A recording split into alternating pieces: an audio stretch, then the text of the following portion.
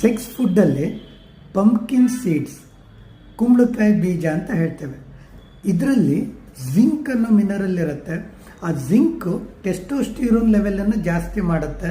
ಆವಾಗ automatically sex ಬಗ್ಗೆ interest, erection ಕಡಿಮೆ ಇರೋವಂಥವ್ರು, ಮೈಲ್ಡ್ ಎರೆಕ್ಷನ್ ಪ್ರಾಬ್ಲಮ್ ಇರೋವಂಥವ್ರಿಗೆ, ಸ್ಪರ್ಮ್ ಕೌಂಟ್ ಕಡಿಮೆ ಇರೋದು ಅಥವಾ ಮೊಟಿಲಿಟಿ ಕಡಿಮೆ ಇರೋದು ಅಂಥವ್ರಿಗೆ ಈ ಜಿಂಕ್ ಪ್ರೊಡಕ್ಷನ್ ಏನಾಗುತ್ತೆ, ಹೆಲ್ಪ್ ಮಾಡುತ್ತೆ. ಈ ಜಿಂಕಿಂದ ಟೆಸ್ಟೋಸ್ಟಿರೋನ್ ಜಾಸ್ತಿ ಆಗುತ್ತೆ, ಸ್ಪರ್ಮ್ ಪ್ರೊಡಕ್ಷನ್ ಜಾಸ್ತಿ ಆಗುತ್ತೆ.